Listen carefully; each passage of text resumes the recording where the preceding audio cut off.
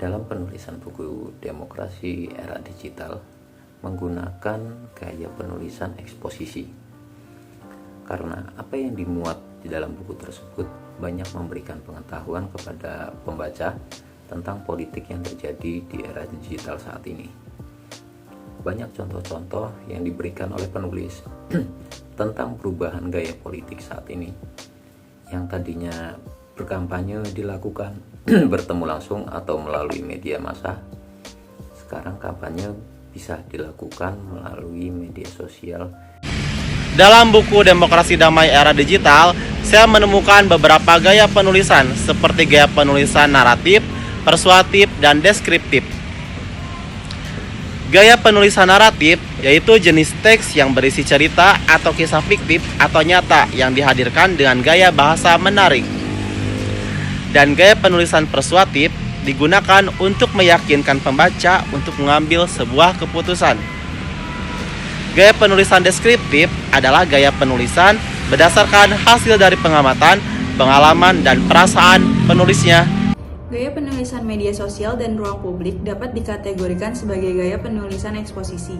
Gaya eksposisi digunakan untuk memberikan penjelasan yang mendalam, analitis, dan objektif tentang suatu topik, dengan tujuan untuk memberikan pemahaman yang lebih baik kepada pembaca. Dalam teks ini ada beberapa alasan mengapa teks tersebut dapat diklasifikasikan sebagai eksposisi. Pertama, teks ini memberikan penjelasan yang mendalam tentang peran media sosial dan media baru dalam masyarakat. Ini mencakup definisi, karakteristik, dan dampaknya. Penjelasan ini mengikuti pola eksposisi yang berusaha memberikan pemahaman yang komprehensif tentang topik tertentu. Kedua, teks ini menggunakan argumen-argumen yang mendukung pernyataan yang dibuat. Misalnya, karakteristik media sosial yang manipulable, networkable, dense, compressible, dan impartial digunakan untuk mendukung klaim bahwa media sosial memberikan ruang yang inklusif, egaliter, dan murah. Ini adalah ciri eksposisi di mana argumen dan bukti digunakan untuk memberikan pemahaman yang lebih baik tentang topik.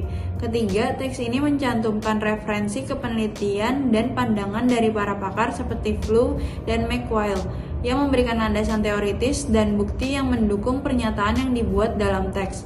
Hal ini mencerminkan pendekatan interpretatif yang mencari keaslian dengan berkonsultasi dengan sumber-sumber resmi. Terakhir, teks ini objektif dan tidak memuat pendapat atau perasaan pribadi penulis. Hal ini konsisten dengan pendekatan penjelasan yang berupaya menyajikan fakta dan analisis objektif. Kemudian pada tema yang ketiga yaitu peran tagar dan hilangnya ruang publik. Di situ menginformasikan terkait peran tanda pagar atau mungkin yang kita kenal dengan istilah hashtag atau tagar terhadap partisipasi publik melalui internet. Dan partisipasi publik melalui internet ini memunculkan suatu fenomena baru yang disebut dengan digital citizenship atau warga digital. Dalam tema ini juga menginformasikan juga bahwa tingginya partisipasi politik melalui media sosial atau tanda pagar ini merupakan suatu fenomena yang semu karena semakin banyak tagar yang bersifat saling menyerang bahkan disusupi oleh kampanye hitam. Kemudian, kesimpulan dari video ini adalah gaya penulisan eksposisi yang digunakan pada buku ini membuat buku ini jauh lebih menarik karena banyak memberikan informasi dan pemahaman yang lebih baik kepada audiens tentang topik bahasannya karena bersifat objektif dan tidak menggunakan opini dari penulisnya sendiri. Demikian hasil rangkuman dari kelompok kami, sampai jumpa di materi selanjutnya.